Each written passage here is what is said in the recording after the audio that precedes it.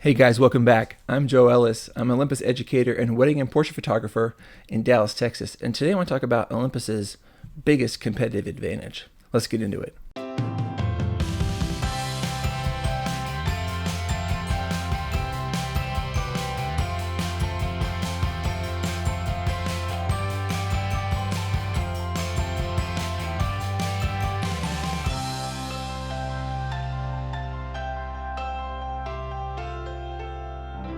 Okay, so I think it all boils back to a key phrase Olympus uses all the time, which is portability.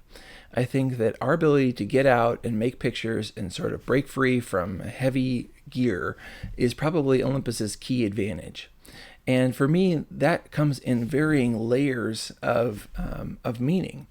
As a professional photographer, when I head out with 3 camera bodies and 6 lenses and 2 flashes to shoot a wedding, it is a lot of gear still, but compared to the DSLR system that I used before, I have cut so much weight while also increasing my capabilities, the field of view I have from my lenses, and certainly cutting down on the bulk of the stuff that I'm carrying. And so that's been a huge win professionally. But even that gear can be a lot when you just want to run out the door and do sort of documentary, family, everyday life kind of stuff. And luckily, Olympus offers us the very best of that gear too.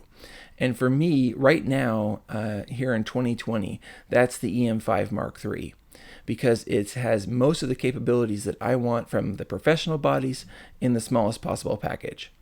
But it's also about the lenses. And while most people get a kit zoom that comes with their camera and that's where they start, for me, the real win comes in these small, compact prime lenses.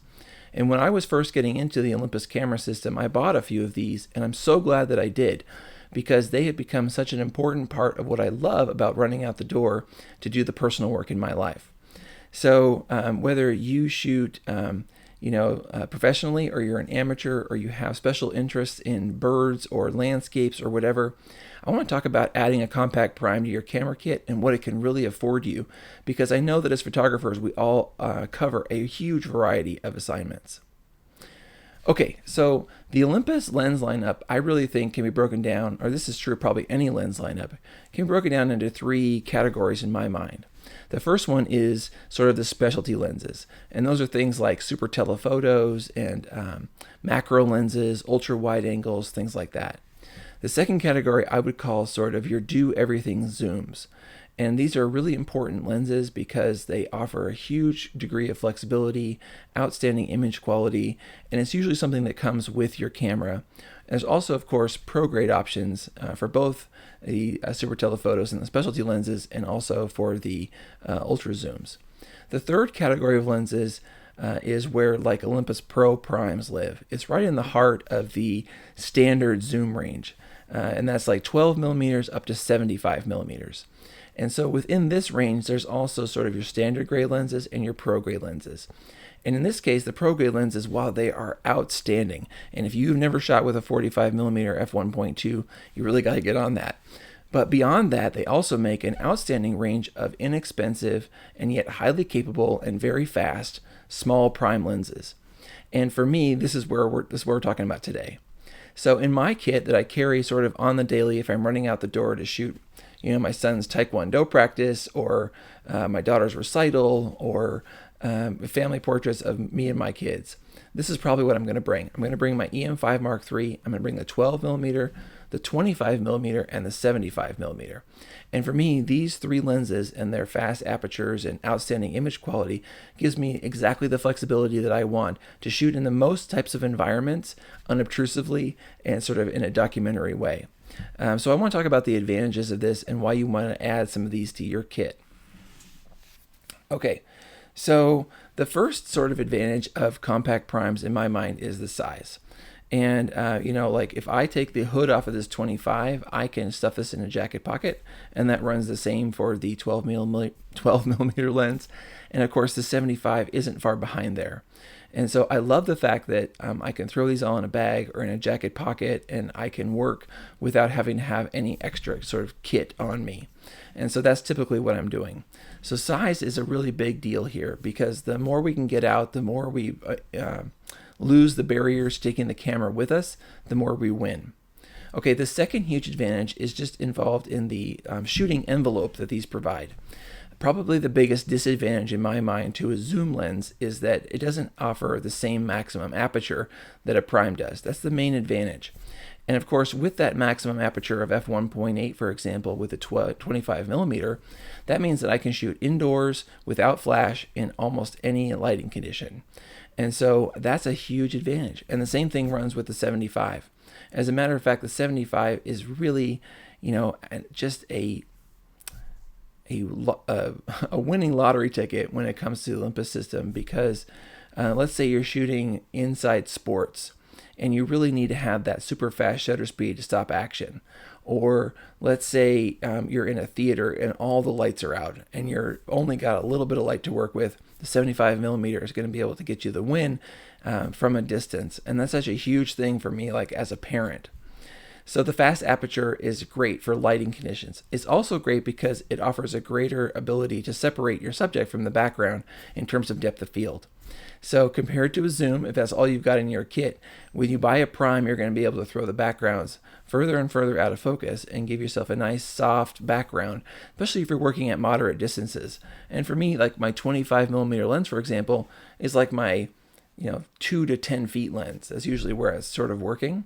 And then if I use the 75 and you are working from a greater distance, that 75 millimeter has even better ability to throw the background out of focus from further away. So for me, when I'm running out, like the 12 is sort of my lens for small spaces, for creative overhead shots and underfoot shots. And if I'm just in a space where I can't back up, 12 millimeter is amazing. The 75 millimeter, like I said, is mostly for sports and for things at a distance, for recitals, for graduations, for any of those things where you're kind of stuck in one position from a distance. And then the one that gets the most use is the 25 millimeter, because that lens is really replacing that middle zoom for me. I could simply use my feet to get closer and then back up if I need to. But it does everything from portraiture to reportage to detail work to almost pseudo macro work, all done with this little compact prime. So we have size as an advantage, aperture as an advantage. Another big advantage is, compared to the zooms, is that just overall image quality. If your zoom is being used wide open, like let's say at 3.5, compared to the 25 millimeter lens closed down to 3.5, if you're using the same focal length, the prime is going to smash the zoom in terms of overall sharpness, especially in the corners of the image. The amount of detail that's being captured by the lens is definitely going to be better. And while I'm not one to pixel peep, if you are, or that sharpness is important to you, you're going to get much better performance out of primes than you are out of zooms. Yes, you could go up to the pro grade zooms and it does get better, but nothing's going to beat like prime lenses for overall image quality. Okay, the next advantage I would say in the small prime lenses is price. You could pick up a 25 millimeter f1.8 for like $300. The same for the 45 millimeter f1.8. And then the 75, for example, you can buy this lens used for probably $300 to $400 and new maybe $600 to $700. And that is such a steal for a nice telephoto f1.8 lens. And at 75 millimeters, you can capture stuff that's happening 50 to 100 feet away from you with a nice degree of zoom from that one lens. So if you have just zoom lenses in your bag, or you're just starting out, for me, if I'm thinking about it and I already have a zoom, I would much rather pick up a 25 millimeter 1.8 or a 75 millimeter f1.8 than I would upgrade to like a pro zoom lens. So give that some serious consideration, because that ability to work in lower light, the small size, and the lower cost is are all huge advantages. Okay, so that's kind of what I wanted to say today, guys. I hope you enjoyed it. Hit me up with comments. You want to talk about any of these lenses? I absolutely adore these. I have a couple of extras, so if there's anything you guys are deciding between or interested in talking about, hit me up there and we'll talk about it. Thanks for watching. Please subscribe, hit the notification bell, and I'll see you on the next one.